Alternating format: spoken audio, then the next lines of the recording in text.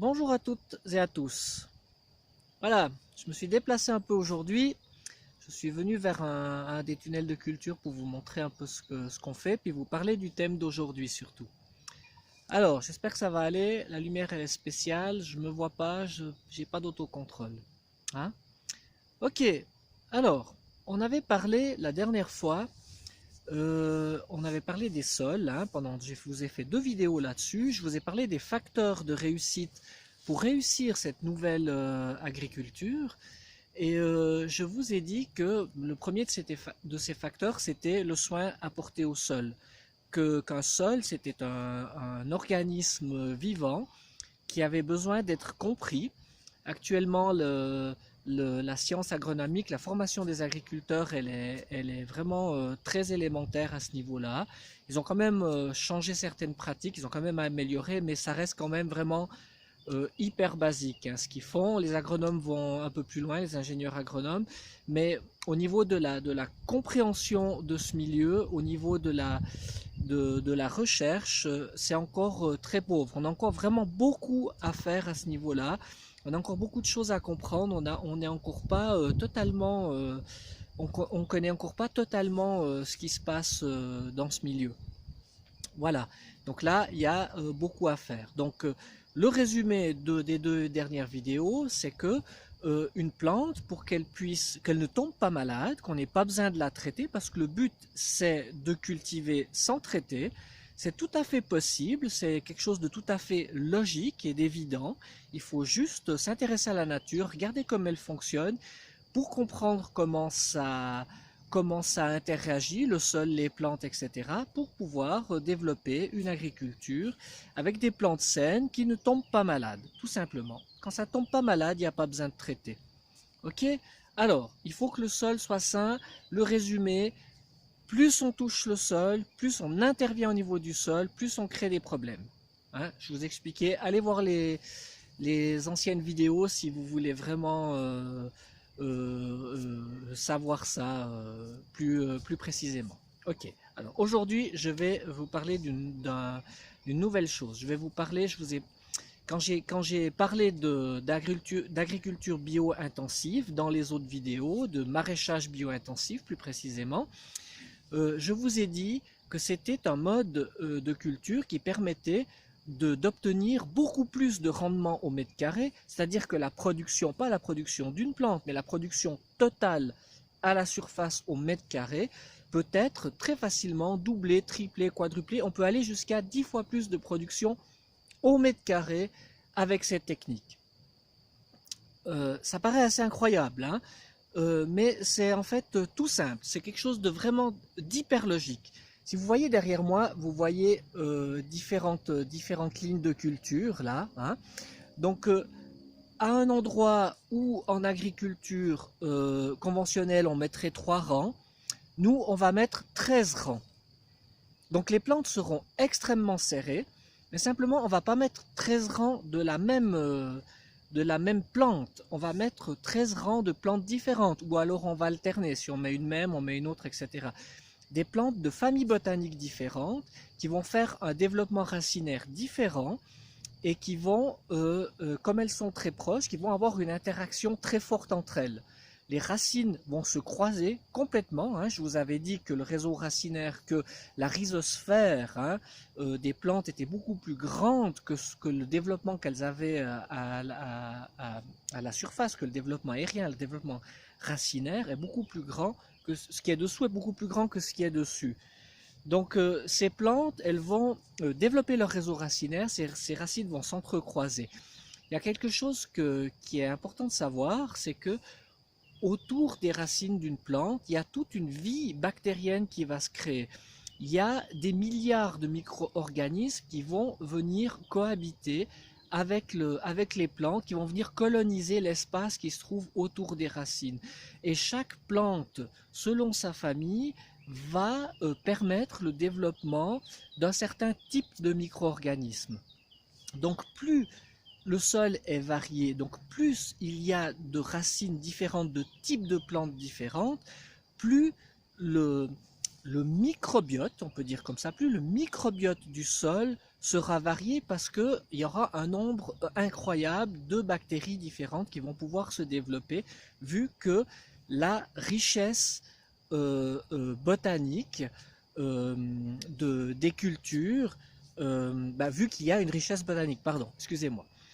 Donc vu qu'il y a une richesse botanique bien large et tout, on va avoir un réseau racinaire très dense et très varié, et donc un microbiote très riche.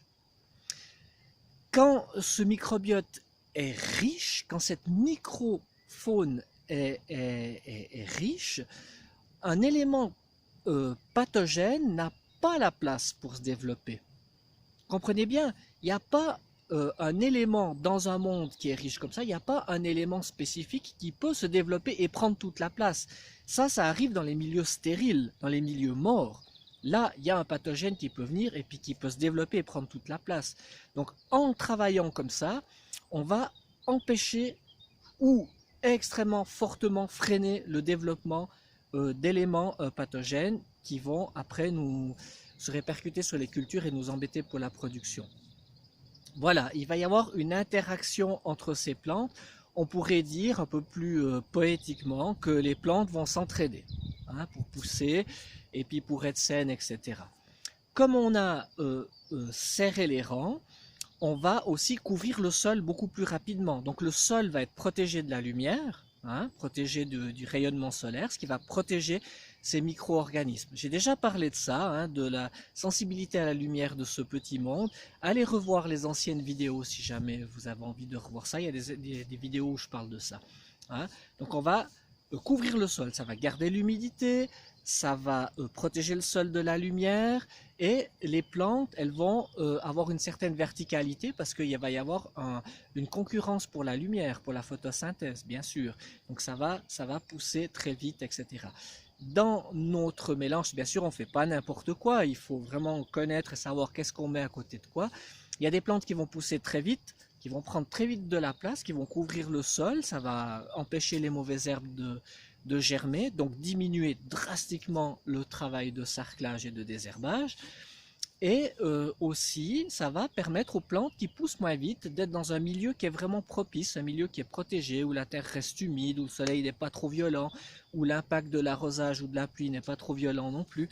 Donc certaines plantes seront protégées, pourront pousser tranquillement pendant que d'autres poussent vite, qu'on va récolter à un moment donné. Ça va laisser la place aux autres qui vont pouvoir prendre leur place. Quand une culture est terminée, on ressème tout de suite la suivante pendant que l'autre est en train d'arriver à maturité, etc. Et on a en permanence des cultures qui se chevauchent, qui s'échelonnent, qui s'entrecroisent, etc. Le sol reste perpétuellement en activité par les racines. De plus, il y a certaines plantes dont on ne va pas retirer les racines, on va juste couper, on va laisser les racines en place et on va planter la culture suivante. Donc ça va se décomposer, ça va faire de la nourriture pour le sol aussi. Donc toute cette interaction, sans remuer le sol, va être bénéfique aux plantes. Les plantes, elles aiment ça. Les plantes, elles aiment être en compagnie, elles aiment être serrées, elles aiment que ça soit diversifié. Si vous observez la nature, si vous observez une prairie par exemple, vous allez voir qu'il y a plein de plantes différentes qui poussent à cet endroit. Il y a quand même des exceptions dans la nature, mais c'est très rare. Il y a certaines plantes qui ne supportent pas, qui sont exclusives, qui veulent être que elles, qui sécrètent des exsudats racinaires pour faire crever celles qui sont autour. Il faut connaître, mais bon, c'est rare. La plupart des plantes adorent ce milieu où c'est serré, où le sol est protégé. Le sol, quand il est protégé, il reste meuble. Ça, c'est très important aussi. Donc, l'eau pénètre facilement. Il n'y a pas une croûte qui se forme à la surface, etc. Et nos interventions, elles sont réduites parce que ce sol reste meuble. On n'a pas besoin de travailler et il n'y a pas très peu de mauvaises herbes qui poussent. C'est intéressant, tout ce que je vous raconte là. Vous voyez tout ça, toute cette observation et tout ça, ça part de l'observation de la forêt, tout simplement. Quand on observe la nature, quand on observe comment elle fonctionne, on peut en tirer des parallèles et appliquer ça dans l'agriculture. Si on regarde une planche de maraîchage bio-intensive et qu'on la regarde de près quand elle est en pleine croissance, on va voir un peu comme une petite forêt, on va voir des plantes plus grandes, des plantes plus petites, etc. Et puis les plantes aiment ça. elles sont très saines, les légumes ils sont beaux, ils ont un beau volume, ils sont pas plus petits parce qu'on a serré, bien au contraire. Ils sont vraiment d'une santé parfaite et la production est vraiment régulière. On n'a aucune attaque d'insectes, on n'a pas de maladie. C'est vraiment, quand on va dans le sens de la nature nous redonne beaucoup, nous redonne de l'abondance, etc. C'est vraiment très intéressant. Voilà, donc ça, c'est le deuxième facteur de réussite, c'est de ne pas faire des monocultures, mais de faire des polycultures. Voilà, ça c'est un thème qui est important, ça nous vient de la permaculture. Et là, moi je vous ai donné un exemple avec le maraîchage, mais on peut inclure dans ces systèmes les cultures spéciales. Il n'y a pas de souci, on peut rajouter les fraises, la vigne, l'arboriculture, tout ça. On peut rajouter ça et avoir des cultures qui se côtoient comme ça avec les réseaux racinaires, etc. Quand on a une monoculture, qu'une seule plante sur des grandes surfaces, puis en plus souvent cette plante c'est un clone parce que toutes les plantes qui sont là sont les mêmes, sont de la même branche, de la même famille, mais on a fait tout le contraire de ce qu'il fallait faire. Donc je vous ai déjà dit la dernière fois, quand on a travaillé le sol à outrance, on a détruit les horizons du sol, on a mélangé, on a créé un chaos. Ensuite, on va mettre des plantes dans ce chaos qui vont être mâles, qui vont avoir de la peine et tout. Puis en plus, elles seront toutes seules et isolées, il n'y aura pas tout ce que je viens de vous expliquer. Donc elles vont avoir vraiment beaucoup de peine à pousser et puis fatalement, elles vont être malades. Elles vont tomber malades, c'est inévitable et puis il va falloir traiter. Voilà. C'est vraiment quelque chose de nouveau.